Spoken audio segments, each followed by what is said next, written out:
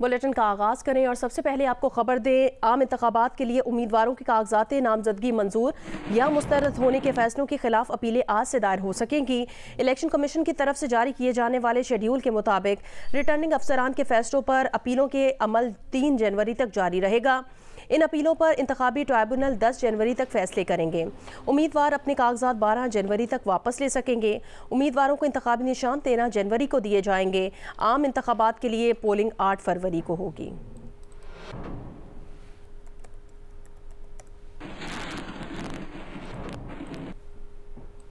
इंतखाबात 2024 के लिए नवाज शरीफ, शहबाज शरीफ, बिलावल भुट्टो जरदारी और मरियम नवाज के कागजात नामजदगी मंजूर कर लिए गए।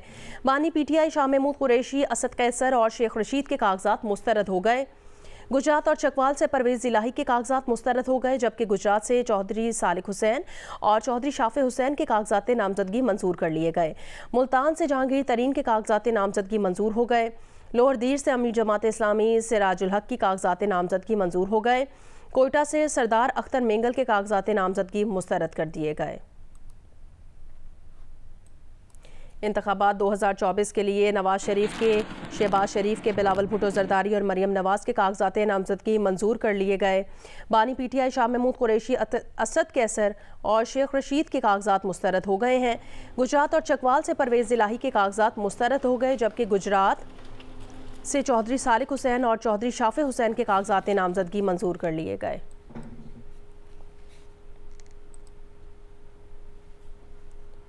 आगे बढ़े खबर दें, बानी PTI शाह महमूद कुरैशी और परवेज़ इलाही के अलावा तहरीक इंसाफ के दर्जनों उम्मीदवारों के कागजात नामजदगी मुस्तरद कर दिए गए हैं। तफसील रिपोर्ट में देखिए।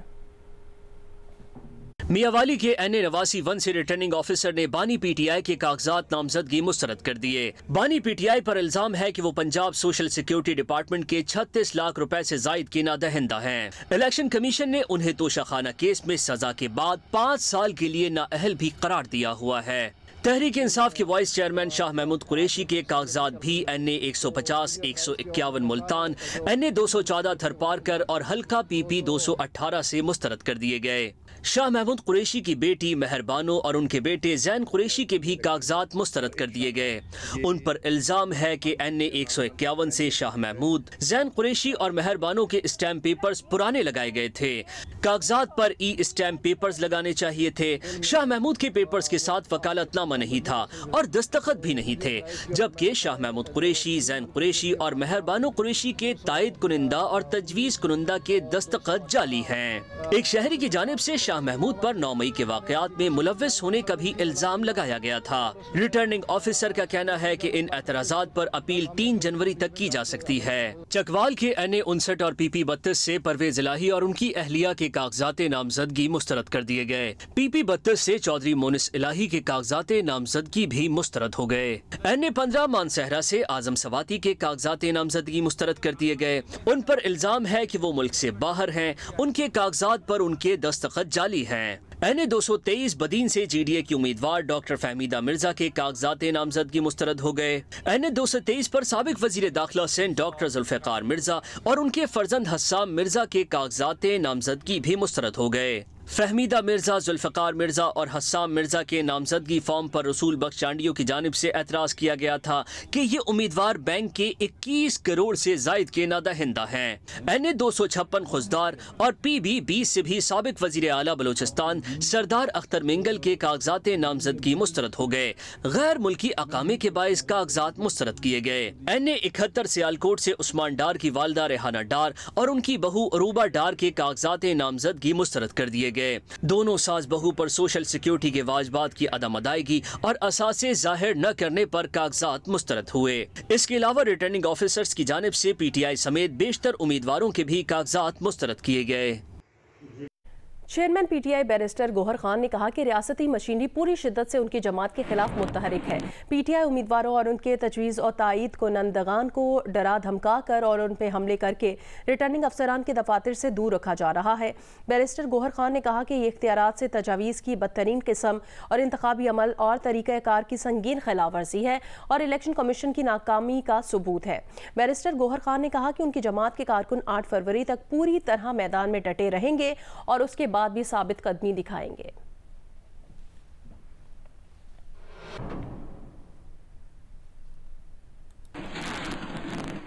लाहौर में जनरल नशिस्तों के लिए कागजात नामजदगी की जांच पड़ताल के आखिरी रोज़ नवाज शरीफ, शहबाज शरीफ, बिलावल भुट्टो जरदारी और मरियम नवाज के कागजात नामजदगी मंजूर कर लिए गए।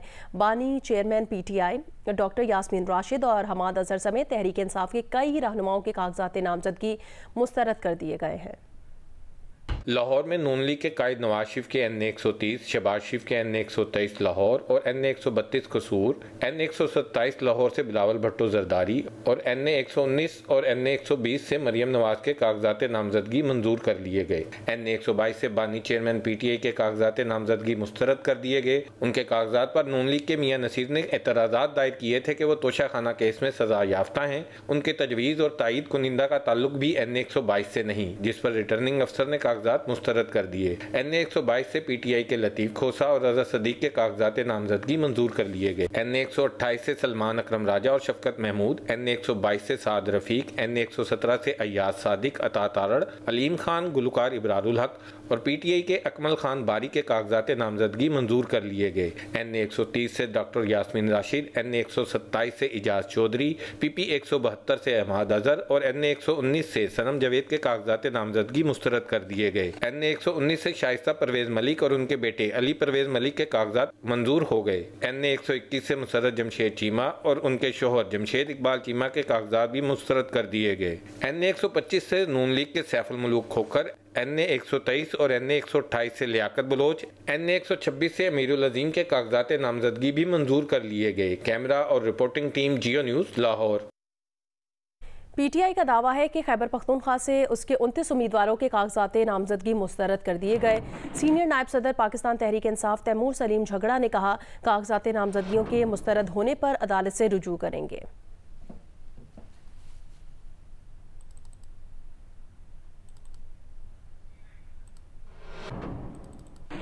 सिंध और पंजाब के मुतादिद इलाके शदीद धुंध की लपेट में हैं। कई परवासें मुतासिर हुई हैं। ट्रैफिक की रवानी मुतासिर है। मोटरवे M1 स्वाबी से बुरहान इंटरचेंज तक बंद कर दी गई है। मोटरवे M3 फैजपुर से दरखाना तक बंद कर दी गई है और मोटरवे M4 और M5 धुंध की वजह से मुकम्मल बंद है। बहावलनगर आरिफवाला रोड पर धुंध के बायस हादसा पेश आया। बस उलटने से 10 अफराद जख्मी हो गए हैं।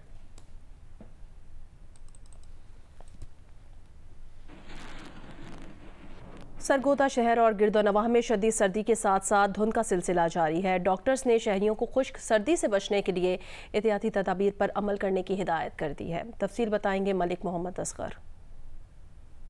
जी, सरगोदा में धुंध की वजह से मुख्तलिफ बीमारियों में इजाफा होने लगा है।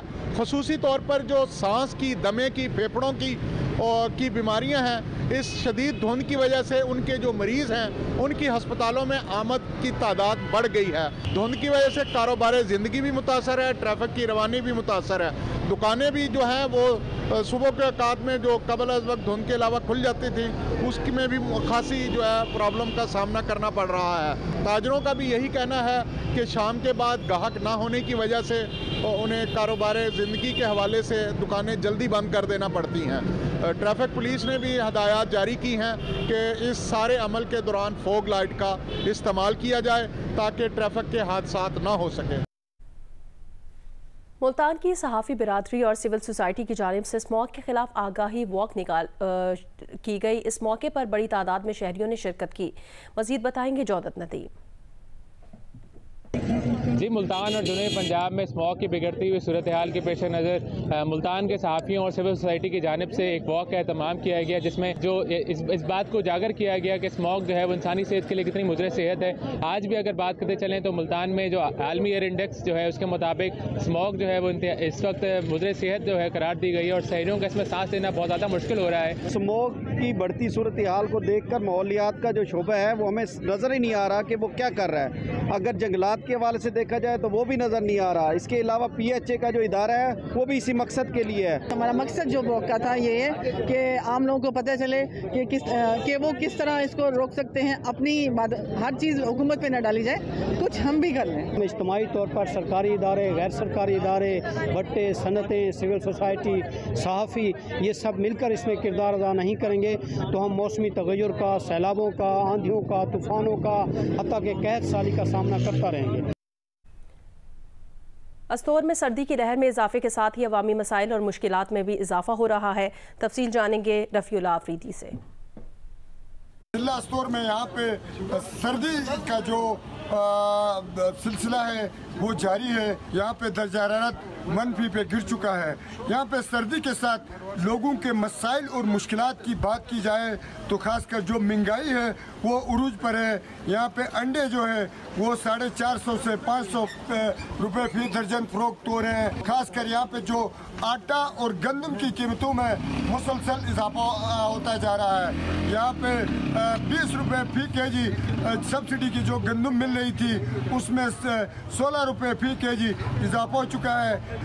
दूसरी तरफ यहाँ पे लकड़ी और गैस की कीमतों में भी इजाफा हो चुका है, जिसकी वजह से पहले से बदहाली और बेरोजगारी की शिकार जो अवाम है उनके मसाइल और मुश्किलात में भी इजाफा हो चुका है। हाई प्रोफाइल केसेस में मुल्जिमान का बरी होना मामूल बनता जा रहा है। मुल्जिमान की बरियत की एक बड़ी वजह गवाहों का सामने ना आना या अपने बयान से मुनहरिफ हो जाना भी है। सिंध हुकूमत ने 2013 में गवाहों के तहफ़्फ़ुज़ का कानून बनाया, मगर 10 साल गुजर जाने के बावजूद विटनेस प्रोटेक्शन एक्ट पर अमल दरामद नहीं हो सका। तफसील देखिए अमीन अनवर की रिपोर्ट में। हाई प्रोफाइल केसेस में मुल्जिमान की बरियत की एक बड़ी वजह गवाहान का सामने ना आना या फिर अपने बयान से मुनर्रिफ हो जाना शामिल है। गवाहों को तहफ़्फ़ुज़ फराहम करने के लिए सिंध हुकूमत ने 30 अक्टूबर 2013 को सिंध असम्बली से विटनेस प्रोटेक्शन एक्ट मंजूर कराया। विटनेस प्रोटेक्शन एक्ट का काम गवाहों को तहफ़्फ़ुज़ फराहम करना था, जिसके तहत गवाही देने वाले को नई शनाख्त दी जाएगी। जब गवाही होगी तो आवाज़ तब्दील की जाए, गवाहों की रिहाइश का बंदोबस्त करना, ट्रांसपोर्ट, माली मदद जैसे इकदाम करना शामिल थे। वीडियो लिंक से करें ताकि वो अपने घर में या जहाँ दफ्तर में या अब्रॉड या फर्ज करें कहीं और बैठा हुआ है किसी और जगह कोर्ट ऑफ लॉ से दूर, तो उसको कंफर्ट जोन में ले आएँ और truth has come on record, सच आ जाए और फिर अदालत जो है सही फैसला कर सके। कॉरेस्पॉन्डेंस चल रही है। मैं अभी नए होम सेक्रेटरी साहब आए, मैं उनसे ये टेकअप करूँगा कि इसके ऊपर कंसिडरेशन करें। दूसरा एडिशनल IGCTT जो है उसमें की रोल उनका है।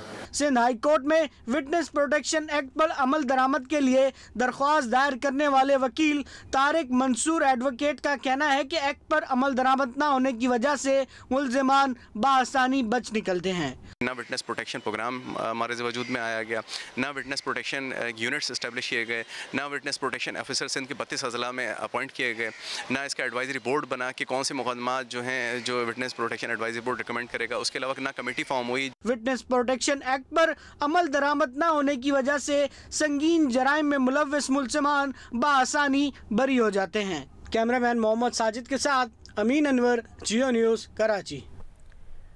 रहीम यार खान से कश्मीर जाने वाली 2 मजदूर नौजवानों को अगवा कर लिया गया। 15 रोज़ बाद भी उन्हें बाजियाब नहीं कराया जा सका। डाकुओं ने बाजियाबी के लिए भारी तावान का मुतालबा किया है। तफसील जानेंगे रहीम यार खान से मलिक मोहम्मद असलम से। जी, मैं इस वक्त मौजूद हूँ जिला रहीम यार खान की तहसील सादकाबाद के नवाही इलाके कोट सदुल में। यहाँ का रिहायशी है, इस घर का एक शहरी फर्द है जो यहाँ से काम काज के लिए कश्मीर के इलाके में गया था, जहाँ पर 4 मुसल्लह डाकुओं ने उसे अगवा कर लिया है।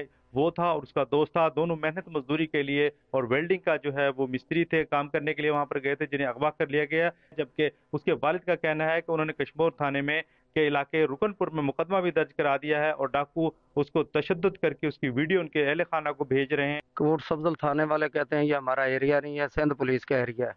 सिंध पुलिस में मैं कश्मीर गया हूँ, वहाँ पे करमपुर थाने पे जो है ना FIR हुई है, तो अभी तक बाजियाब नहीं हुआ है। हम गरीब आदमी हैं, पहले वो 50 लाख मांग रहे थे, अभी 30 लाख मांगते हैं। उन्होंने आला हकाम से मुतालबा किया है कि दोनों अफराद जो एक संजरपुर का है और कोट सफजल का है, मेहनत मजदूरी के लिए कश्मीर गए थे, उन्हें बाजियाब कराया जाए। खेल के मैदान से खबर है। मेलबर्न टेस्ट में मैनेजमेंट के दिए गए गेम प्लान के मुताबिक ना खेलने के सबब ओपनर इमामुल हक को सिडनी टेस्ट से बाहर करने का फैसला कर लिया गया। नौजवान साइम अयूब डेब्यू करेंगे। पाकिस्तानी टेस्ट ओपनर इमामुल हक को मैनेजमेंट के दिए गए गेम प्लान पर अमल न करना महंगा पड़ गया। टीम मैनेजमेंट ने उन्हें सिडनी में खेले जाने वाले सीरीज के तीसरे और आखिरी टेस्ट से बाहर करने का फैसला कर लिया है। टीम मैनेजमेंट इमामुल हक की सुस्त रफ्तार बैटिंग से खुश नहीं। इमामुल हक ने 2 टेस्ट की 4 इनिंग्स में सिर्फ 94 रन स्कोर किए हैं। इमामुल हक की जगह बाएं हाथ से खेलने वाले नौजवान जारे मिजाज बैटर साइम अयूब को डेब्यू कराया जाएगा। दूसरी जानिब पाकिस्तान क्रिकेट टीम के फास्ट बॉलर शाहीन आफरीदी पर से बॉलिंग का लोड कम करने का भी फैसला किया जाएगा। वो 3 जनवरी से शुरू होने वाले सिडनी टेस्ट से कबल होने वाले आखिरी प्रैक्टिस सेशन में शिरकत करेंगे। शाहीन आफरीदी अब तक 2 टेस्ट में सबसे ज्यादा 99.2 ओवर्स करवा चुके हैं। दौरा न्यूजीलैंड के लिए कौमी स्क्वाड का हिस्सा बनने वाले खिलाड़ियों के तरबियती कैंप के दूसरे रोज मजीद 6 खिलाड़ियों ने कैंप में रिपोर्ट कर दी है। खिलाड़ियों ने 2 घंटे ट्रेनिंग सेशन में शिरकत की। कज़ाफी स्टेडियम में दौरा न्यूजीलैंड के लिए लगाए गए कैंप में मजीद 6 खिलाड़ियों ने रिपोर्ट कर दिया। कैंप के दूसरे रोज आजम खान, उमर बिन यूसुफ, आरिफ याकूब, मोहम्मद आमिर खान और मोहम्मद इमरान ने ट्रेनिंग में हिस्सा लिया। खिलाड़ियों ने कोचेस की निगरानी में 2 घंटे ट्रेनिंग सेशन किया, जहां खिलाड़ियों ने नेट प्रैक्टिस और वार्म अप सेशन में खूब जमकर खेल दिखाया। चीफ सेलेक्टर वहाब रियाज भी खिलाड़ियों के साथ ट्रेनिंग सेशन में मौजूद रहे। पाकिस्तान और न्यूजीलैंड के दरमियान 5 T20 मैचेस की सीरीज 12 से 21 जनवरी तक न्यूजीलैंड में होगी।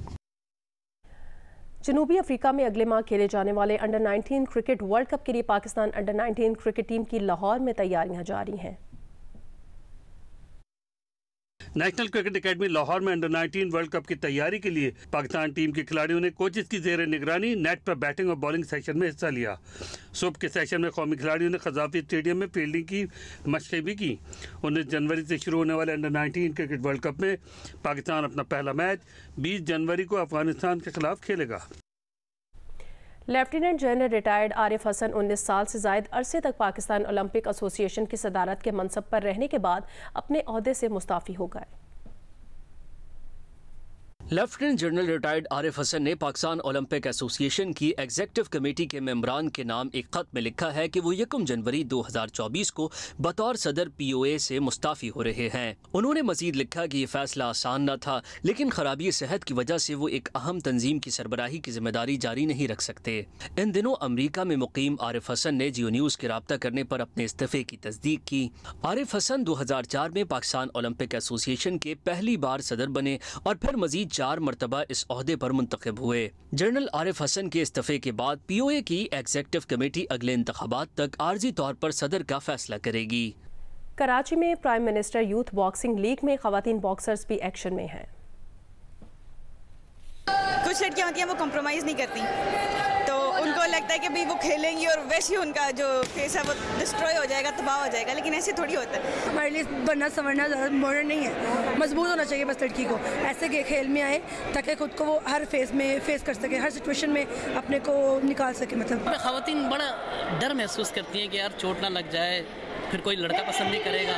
नहीं, ये सबको होती है कहीं ना कहीं, लेकिन जो खेल रही है ना नहीं है, जो खेलने आया है ना उसको डर नहीं लगता, जो रिंग में उतरने का हौसला रखता है उसको इतना नहीं होता। हाँ, कुछ होती है वो फिर नहीं आती गेम्स के अंदर खेलने के लिए। ये चोट कोई मैटर नहीं करती, मैं इस चोट से बहुत खुश हूँ कि इससे थोड़ा पता चलता है कि बॉक्सिंग की प्लेयर हूँ मैं।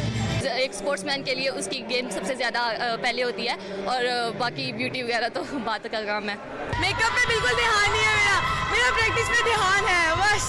मैं तो कभी ज़िंदगी में मेकअप भी नहीं किया, क्योंकि बॉक्सिंग गेम ये हमारे लिए सबसे पहले फर्स्ट प्रायोरिटी हमारा बॉक्सिंग है, उसके बाद जो भी चीज़ें वो बाद में। सेल्फ डिफेंस की गेम है और मुझे लगता है कि गर्ल्स को इसमें पार्टिसिपेशन करनी चाहिए, और गर्ल्स को फिटनेस की भी बहुत ज़रूरत होती है। सेल्फ डिफेंस के साथ उनको फिटनेस की भी ज़रूरत होती है, इसलिए उनको बॉक्सिंग ज्वाइन करनी चाहिए। इस्लामाबाद में जारी 8वीं कौमी रैंकिंग टेनिस चैंपियनशिप के मेंस डबल्स का टाइटल इसामुल हक और अकील खान की जोड़ी ने जीत लिया है। इस्लामाबाद के टेनिस कॉम्प्लेक्स में 8वीं कौमी रैंकिंग टेनिस चैंपियनशिप के मेंस डबल्स के फाइनल में इसामुल हक और अकील खान की जोड़ी का सामना बरकतुल्ला और यूसुफ खलील के पेयर से था। इसाम और अकील ने हरीफ पेयर के खिलाफ स्ट्रेट सेट में 6-0 और 6-2 से कामयाबी हासिल की। इवेंट में बॉयज़ अंडर 18 सिंगल्स के फाइनल में अहमद कुरैशी ने मोहम्मद हमजा को 6-3 और 6-2 से हराकर टाइटल जीता। अंडर 14 कैटेगरी की सेमीफाइनल में अब्दुल बासित और आमिर मजारी फतेहाब हुए। लेडीज सिंगल्स के सेमीफाइनल में सारा महबूब और महर खोकर ने फतुहात समेटी। कौमी रैंकिंग टेनिस चैंपियनशिप के फाइनल्स आज होंगे। मेंस सिंगल्स में अकील खान और मोहम्मद शुएब मध्य मुकाबला आएंगे, जबकि लेडीज सिंगल्स में सारा महबूब और महर खोकर आमने सामने होंगी। बलूचिस्तान में माली साल 2023 और 24 में सेहत के शोबे की तरक्की के लिए तकरीबन 43 अरब रुपए मुख्तस किए गए, लेकिन सेहत के शोबे में बेहतरी ना आ सकी। बलूचिस्तान में साल 2023-24 में सेहत के शोबे की तरक्की के लिए तकरीबन 43 अरब रुपए मुख्तस की गई। खती रकम रखे जाने के बावजूद सूबे में सेहत का शोबा ज़बूहाली का शिकार रहा। सूबे भर के सरकारी अस्पतालों में जदीद मशीनरी की तनसीब तो दूर की बात, BMC अस्पताल क्वेटा में एंजियोग्राफी और CT स्कैन की मशीनें गुज़िश्ता 3 बरसों से गैर फाल हैं। अस्पतालों में महंगे टेस्ट की सहूलत तो दूर की बात, आम अद्वियात और डिस्पोजेबल सिरिंज तक मरीज निजी मेडिकल स्टोर से खरीदने पर मजबूर रहे। इमरजेंसी में मतलब मौके पर हर चीज़ नहीं मिलती, हर चीज़ अवेलेबल नहीं होता है ना, तो उसके लिए आपने बाहर जाना पड़ेगा और मेडिकल्स भी मतलब दूर है, रोड तक जाना पड़ेगा, वहाँ से आपने चीज़ें लेकर आनी होगी मरीज़ के लिए। और दूसरी बात यह है कि यहाँ पर जितनी भी सरकारी मेडिसिन है वो तो बंद नहीं है। अभी मैं लेबॉर्ट्री से आ रहा हूँ, तकरीबन यहाँ से तकरीबन आधा किलोमीटर दूर लेबॉर्ट्री है, ना यहाँ पे कोई मेडिसिन का फैसिलिटीज़ है, ना यहाँ पे कोई टेस्ट का फैसिलिटीज़ है, तो हमें काफ़ी मुश्किलात का सामना करना पड़ रहा है। क्वेटा के अलावा वाशुक, खारान, पंजगूर, शीरानी, किला सैफुल्ला, कलात और सूराब समेत सूबे के बेशतर अजलाह में सरकारी अस्पतालों और बुनियादी मराकज़ में तिब्बी सहूलियात का फुकदान है। सूबे में 700 से ज़्यादा गैर फाल BHUs इस साल के अख्तिताम तक गैर फ़ाल रहे। सूबे के सरकारी अस्पतालों में सरकार से भारी तनख्वाहें लेने वाले बाज़ डॉक्टर्स के जाए तैनाती से गैर हाजिर रहने की शिकायत आम रही। हत्ता कि निगरान हुकूमत भी डॉक्टरों को ड्यूटी पर हाजिरी का पाबंद न बना सकी। मजमूई तौर पे क्या मेडिकल की जो इंफ्रास्ट्रक्चर है वो बहुत इम्प्रूव हुई है, बिल्कुल मैं आपसे इत्तेफाक करता हूँ, उसमें चैलेंजेस हैं, लेकिन सेहत कार्ड एक गरीब आदमी और एक अमीर आदमी ने बराबर कर दिया। बलूचिस्तान में तिब्बी सहूलियात के अदम फराहमी के बायस ज़्यादातर मरीजों को इलाज की गरज से इस साल भी कराची या लाहौर मुंतकिल करना पड़ा। शहरियों का कहना है कि साल 2023 के दौरान सूबे में तिब के शोबे में अबतरी ही देखने में आई। ताहम उन्होंने इस उम्मीद का इजहार किया कि नए साल में बलूचिस्तान की नई हुकूमत अहम शोबे की तरक्की के लिए अमली इक़दाम उठाए। कैमरामैन अकमल रोजर के साथ शहाब उमर, जियो न्यूज़, क्वेटा। पंजाब हुकूमत ने स्कूल्स में मौसम सरमा की छुट्टियां 9 जनवरी 2024 तक बढ़ा दी हैं। नोटिफिकेशन के मुताबिक पंजाब भर में सरकारी और निजी स्कूल्स अब 10 जनवरी को दोबारा खुलेंगे। इससे कबल हुकूमत ने 18 दिसंबर से 1 जनवरी तक मौसम सरमा की छुट्टियों का ऐलान किया था। अब ये छुट्टियां 9 जनवरी 2024 तक बढ़ा दी गई हैं।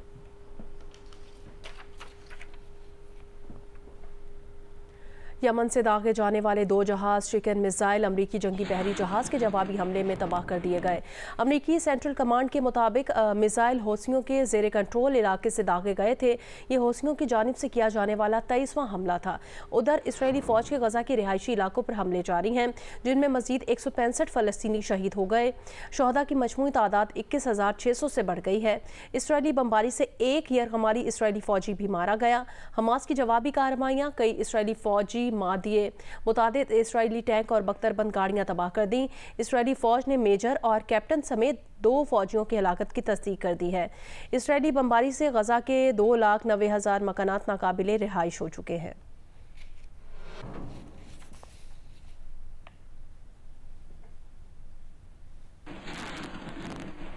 महंगाई और दीगर मौशी मुश्किलात के बावजूद पाकिस्तान की कारोबारी सूरत हाल पर ताजिर बरादरी के एतमाद में इजाफा हुआ है। गुज़श्ता सर्वे में 40% ताजिर मुस्तकबिल में कारोबारी सूरत हाल में बेहतरी के लिए पुरुमीद थे। महंगाई और दीगर माशी मुश्किलात के बावजूद मुल्की कारोबारी सूरत हाल पर पाकिस्तानी ताजरों के एतमाद में इजाफा हुआ है। इस बात का इंकशाफ गैलप बिजनेस कॉन्फिडेंस इंडेक्स 2023 की सर्वे रिपोर्ट में हुआ, जिसमें 500 से जायद कारोबारी शोबों की आरा को शामिल किया गया। सर्वे में मुस्तकबिल में कारोबारी सूरत हाल से पुरुम्मीद ताजरों की शरह 21% इजाफे के बाद 61% हो गई, जबकि मायूसी का इजहार करने वाले ताजरों की शरह 23% की वाज़ेह कमी के बाद 38% पर देखी गई। मौजूदा कारोबारी सूरत हाल पर इत्मीनान का इजहार करने वाले ताजरों की शरह में गुज़िश्ता सर्वे के मुकाबले में 12% इजाफा हुआ और 49% ने मौजूदा कारोबारी सूरत हाल को बेहतर कहा, जबकि कारोबारी सूरत हाल को खराब कहने वालों की शरह 13% कमी के बाद 50% पर आ गई। सर्वे में 28% ताजरों ने महंगाई और खाने पीने की अशिया की कीमतों में इजाफे को अपना सबसे अहम मसला कहा, जिसके बाद 10% ने बिजली के बिलों में इजाफे पर परेशानी का इजहार किया और हुकूमत से रिलीफ मांगा। 9% ने सियासी अदम इस्तेहकाम, 8% ने टैक्स कम करने, 7% ने डॉलर की कदर को कंट्रोल करने, 7% ने लोड शेडिंग में कमी, जबकि 2% ने पेट्रोल और डीजल की कीमतों में कमी का हुकूमत से मुतालबा किया। सर्वे में माशी मुश्किलात के बायस अफरादी कुव्वत में कमी का कहने वाले ताजरों की शरह 11% कमी के बाद 40% हो गई, जबकि मुलाजमीन की तादाद बढ़ाने का कहने वालों की शरह गुज़िश्ता सर्वे की तरह 7% ही रही। अलबत्ता मुलाजमीन की तादाद में ना कमी ना इजाफे का कहने वाले ताजरों की शरह 8% के बाद मौजूदा सर्वे में 48% पर देखी गई। महंगाई और इंफ्रास्ट्रक्चर की अदम बहाली के बाद साल 2023 स्वात की सयाहत के लिए बेहतर साबित न हो सका। रिपोर्ट करेंगे महबूब अली। बुलंदोबाला पहाड़, बर्फीली चोटियाँ, घने जंगलात, शोर मचाते दरिया और गुनगुनाते आबशार। जी हाँ, ये है जन्नत नज़ीर वादी स्वात, जहाँ हर साल लाखों की तादाद में सयाह पहुँच जाते हैं। सैलाब और दहशतगर्दी के बाद महंगाई ने वादी की सयाहत को बुरी तरह मुतासिर किया। तमाम राहें खुली हैं। कालाम जा सकते हैं आप, मदियन जा सकते हैं, मियादम जा सकते हैं, मलम जबा, इवन गबीन जबा भी जा सकते हैं और दूसरे इलाके भी आपके लिए खुले हैं। तो जो लोग भी आना चाहें हम उनको खुशामदीद कहते हैं। डिप्टी कमिश्नर स्वात कहते हैं कि लोगों की मेहमान नवाजी और यहाँ का कल्चर सयाहों को खींच लाता है। सयाहत के फ़रोग़ के लिए इक़दाम उठाए जा रहे हैं। अमन अमान के लिहाज से, बाकी फैसिलिटीज़ के हिसाब से, लोगों की खिदमत के लिहाज से, हॉस्पिटैलिटी के लिहाज से, तहज़ीब और कल्चर के लिहाज से, सकाफ़त के लिहाज से स्वात का ये साल 2023 बाकी गुज़िश्ता सालों से काफ़ी बेहतर है और इंशाअल्लाह 2024 में भी ये इसी की जो हमने जो सफ़र है पेश कीमा है वो आगे चलता रहेगा। सैलाब से मुतासिरा कालाम रोड आज भी जगह जगह टूट फूट का शिकार है, जिसके बाइस सयाहती मकामात तक जाने के लिए सयाहों को मुश्किलात का सामना है।